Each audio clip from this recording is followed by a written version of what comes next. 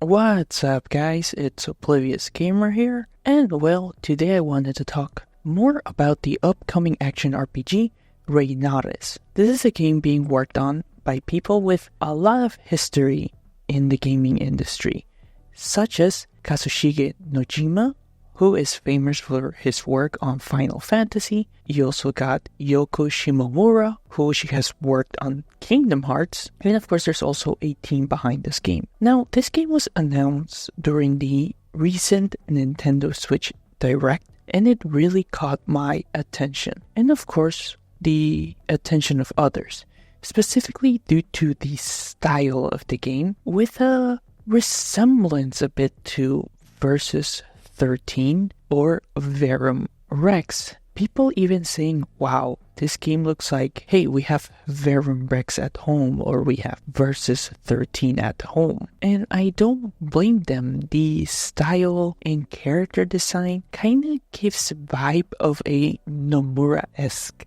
style, you know. It looks like something Nomura might have come up with. During the past couple of days, we have been getting more information of the game apart from that trailer, and we have a better idea what to expect.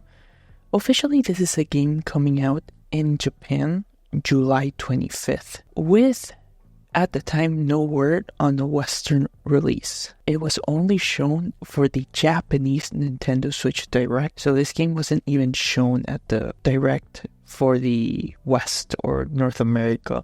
However, it was just announced that Reynatis will be getting a release in the West this fall. And as expected, because I rated a video when the game was first announced, I mentioned that probably NIS America would do the Western release sometime in the next 6 months. And yeah, NIS America will be handling it. So the game will be released in the West in the fall for PS5, PS4, Switch, and PC. So the PC version is brand new, because in Japan, it's only coming out in the PS5, PS4, and Switch. The game will support Japanese audio with English subtitles, which, again, is to be expected.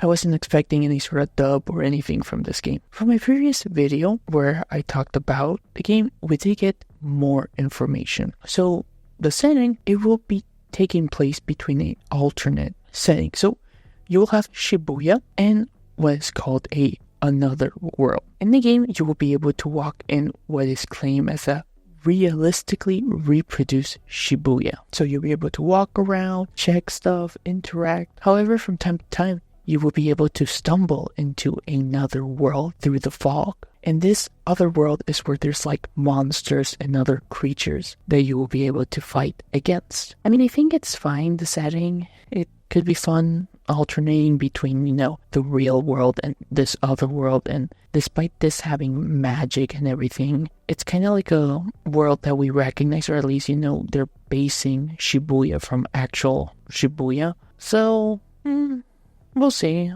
I don't mind it too much. Now, another thing that I want to talk about is Suppress Mode and Liberated Mode, and how in my first video I mentioned about those two modes, and I was right that it would be like two different combat styles that you'll be able to use. They went over what those two modes are a bit more. So Suppress Mode is important because in this mode you can't attack, but you can evade all the attacks with the press of a button, which is probably what we see from time to time when you're seeing the characters do all these cool evade maneuvers. At the same time, this is a very important mode because when you are in Shibuya in the public, it hides your identity. Because the big thing is like you can show that you use magic. If you reveal that you use magic to the public, powerful mages will come after you to attack you. So this mode is very important in combat and also traversing Shibuya. Then there is Liberated mode,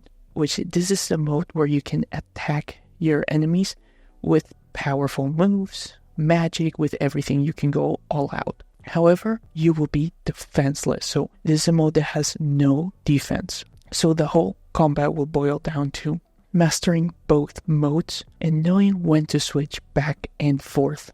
So I think it could be fun. I think it's going to be interesting mastering both modes because you can switch between them with just a press of a button. And since this is an action RPG, it's going to be a fast-paced combat, so knowing the timings, when to use what, I think it could be fun and interesting. The game will also have dual protagonists in the story, where you will be able to see two sides of the story. I'm not going to go too much into it, I already went in my first video. So you will be playing between Marin Hirosumi and Sari Nishijima. However, it's been confirmed that there will be 6 playable characters, and all of them will be unique.